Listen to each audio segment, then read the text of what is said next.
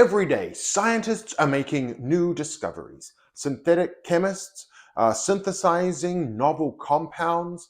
The theoreticians are coming up with new ideas, theories, and ways to calculate energy levels that better match experimental results and enable more accurate predictions of reactions. And hopefully, over time, these new ideas will trickle down into the education system to better inform our next generation of chemists. However, it does often take a while for this transfer of knowledge to occur.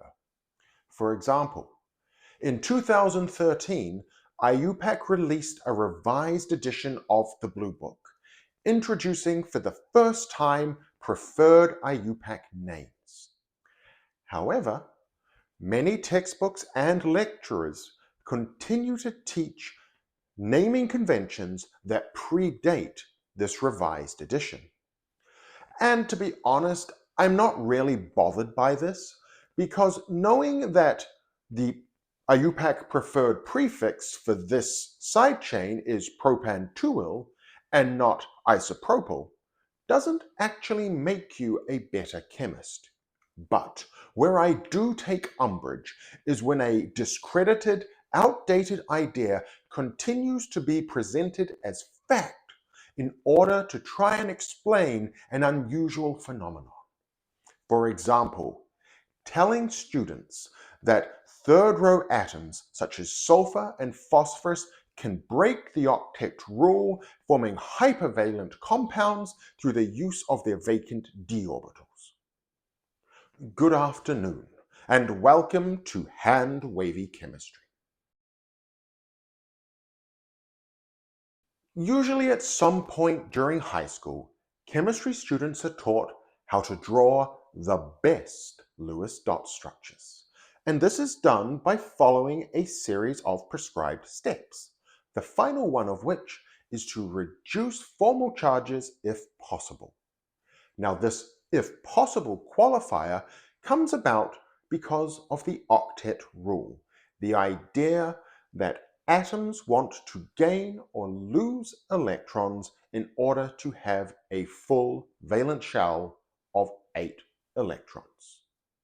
So if we take a look at the Lewis dot structure for the nitrate anion, we see that our nitrogen has a double bond to one of the oxygen atoms and single bonds to each of the other 2 oxygen atoms.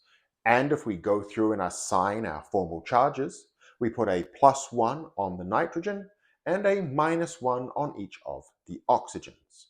We cannot reduce them any further because trying to do so would cause the nitrogen to have more than 8 electrons. But there is a problem. Some molecules, like phosphorus pentachloride or sulfur hexafluoride, require the central atom to break the octet rule in order to draw a valid Lewis structure. And if we can do it in these molecules, why not also do it in other sulfur and phosphorus molecules such as sulfate and phosphate? The sulfate anion, SO4 2-, can be drawn in such a way that every atom has a full octet. The sulfur would have a formal charge of +2, and each of the oxygens a formal charge of -1. Or alternatively, if we are willing to break the octet rule, we can come up with a Lewis structure that has no formal charge on the central sulfur atom, and only a -1 charge on the 2 oxygen atoms that have single bonds. And following the steps prescribed for drawing a Lewis dot structure, we are told that this is the best structure. But is it actually? Personally, I don't really mind which structure is used. In my video on the Wittig reaction, I used both the charged and hypervalent depiction of the ylid. The issue comes when somebody puts up their hand and says, "How does sulfur break the octet rule?" And they are told it does so by using its vacant d-orbitals. Now, before I continue, I want to make something clear. This video is not intended to be an attack or criticism on teachers or educators.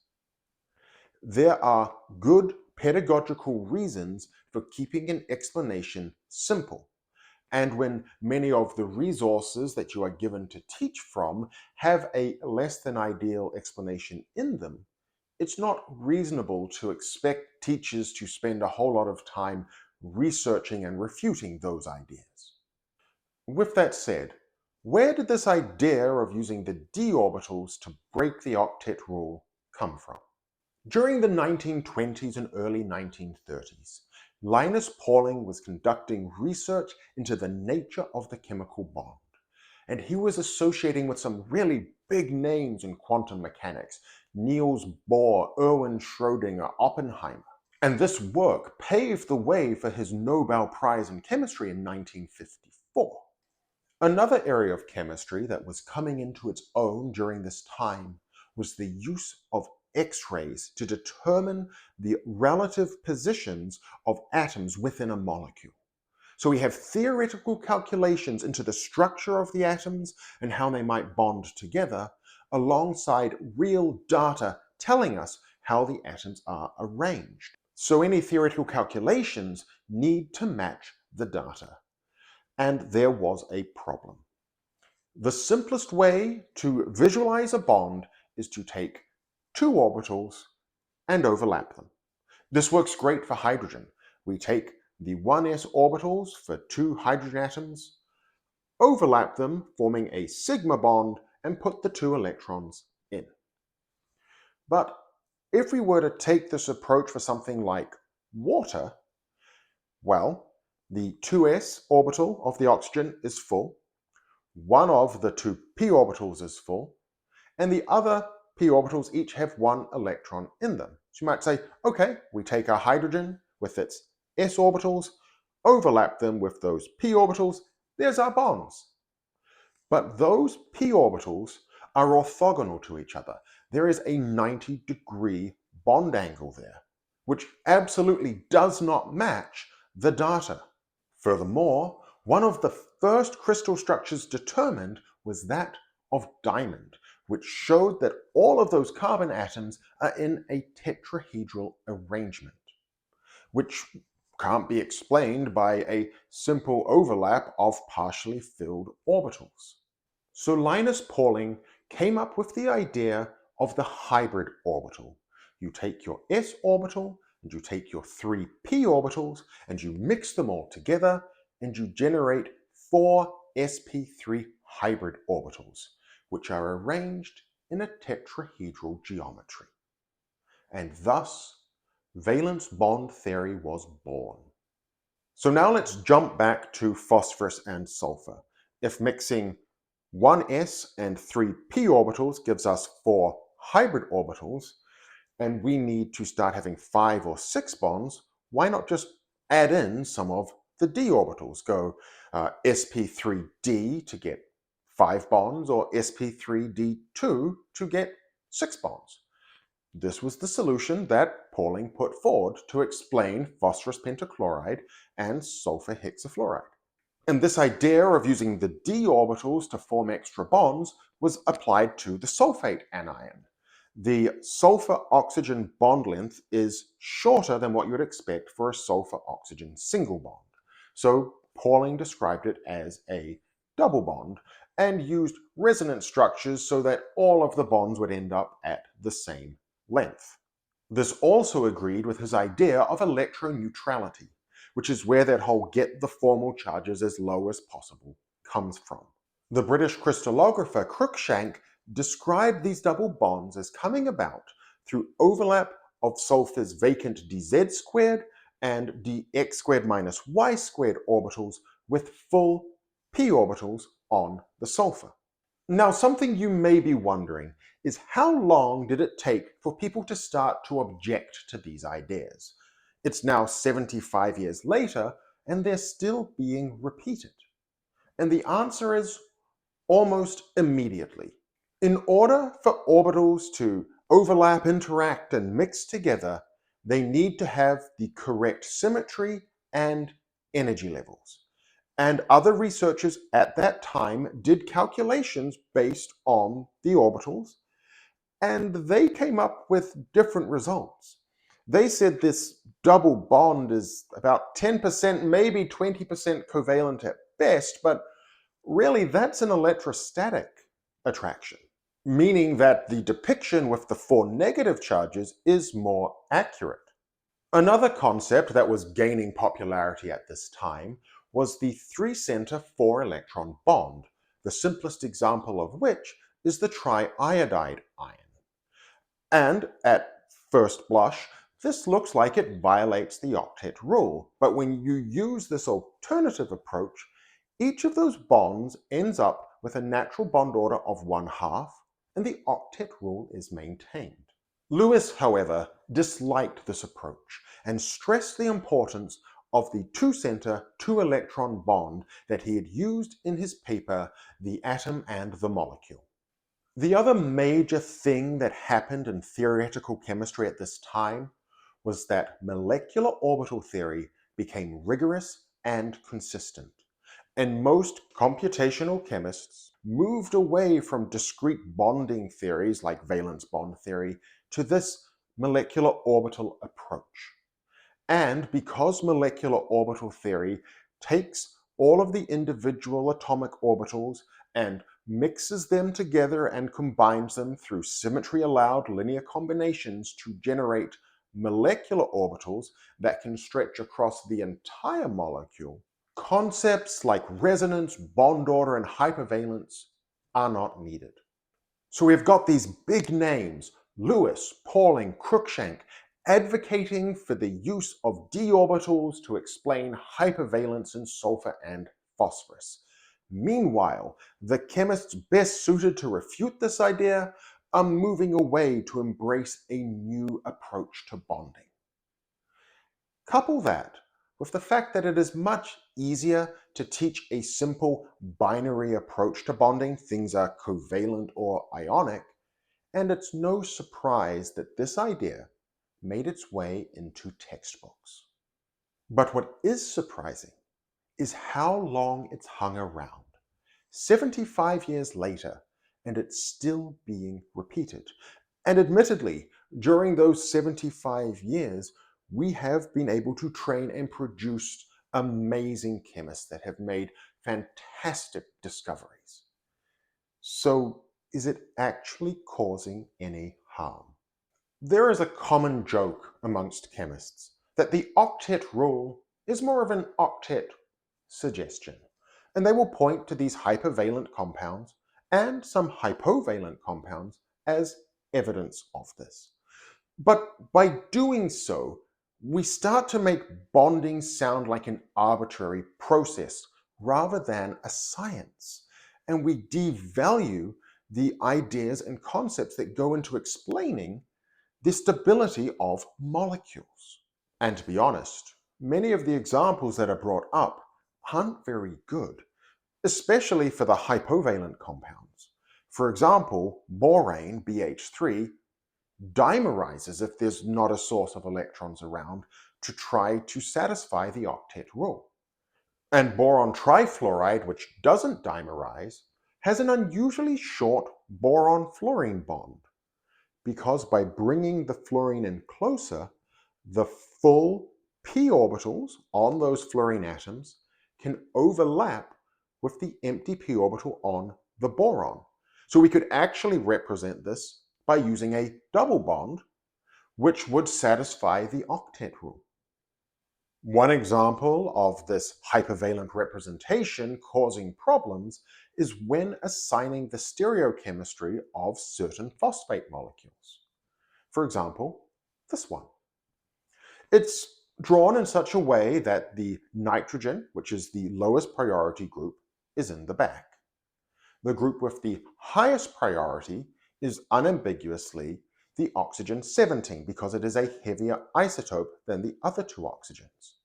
But does the double bonded oxygen or the methoxy group have the second highest priority? Students are taught that when there's a double bond, you visit the atom twice, which makes them think it should be the double bond oxygen. but in reality, it's the methoxy group that gets priority, something which is pointed out in IUPAC's Blue Book. The phosphorus-oxygen double bond, as conventionally written in phosphates, phosphonates, and related compounds, is considered as a single bond, as there are already 4 atoms or groups in the tetrahedral configuration. Similarly, the formal arrangement of charges is not considered when determining the configuration of a chiral molecule. A recent question I had, and the one that inspired this video, was a student who had been tasked to draw out all of the resonance structures for sulfite, SO3 2-. They had drawn this structure and this structure, and wanted to know if they also had to draw this third structure because it looked a lot like the first one.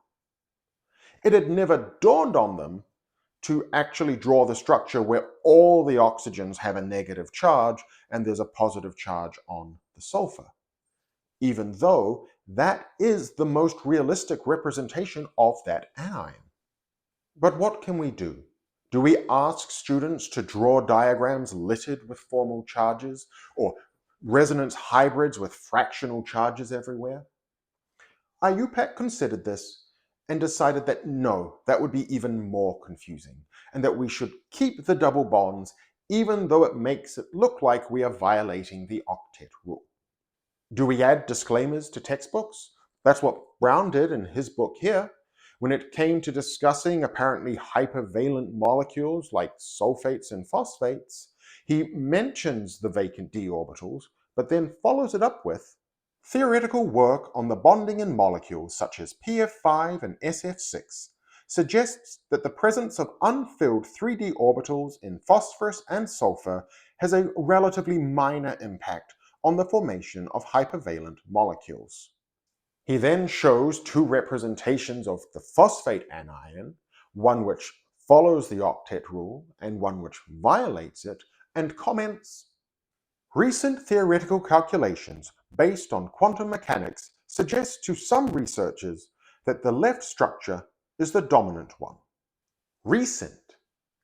This structure was being suggested back in the 1950s, and in 1990, Eric Magnuson published an article in the Journal of the American Chemical Society explaining that just because he's using d-wave functions in the basis set for his molecular orbital calculations, that does not mean there's any d-orbital bonding going on, and that they are simply there for polarization effects.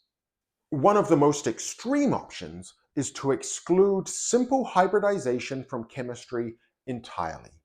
After all, we can't have confusion about sp3d, sp3d2, and sp3d3 orbitals if they're never mentioned. And when you consider that the energy levels of a simple molecule like methane cannot be accurately described using simple sp3 hybridized orbitals, you start to make a compelling case for their removal.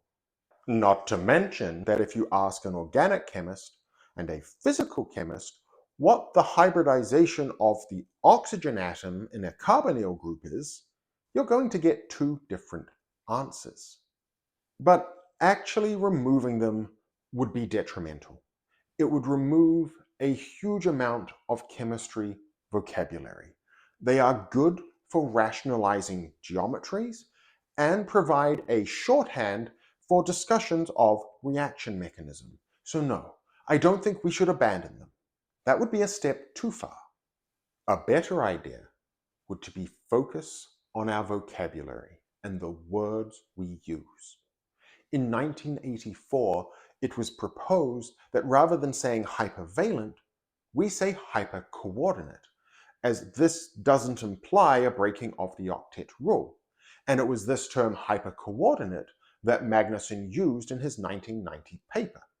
Furthermore, we can stress that the Lewis structure is a depiction of a molecule arrived at by following arbitrary rules, and not necessarily an accurate description of the electron distribution within that molecule. And that the lines that traditionally have been covalent bonds just represent some type of bonding interaction, which could be covalent or ionic or a mixture of the two.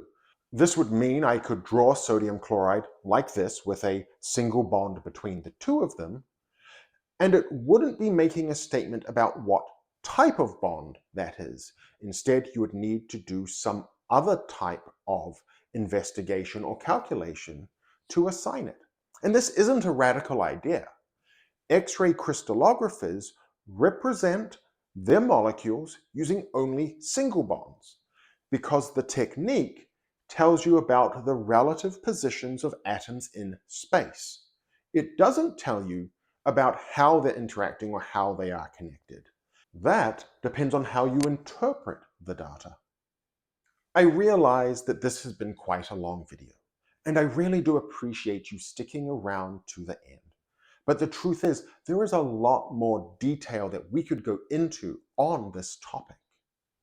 So, what I'm going to do is I'm going to make a pinned comment down below with a link to Magnuson's paper, which is unfortunately behind a paywall.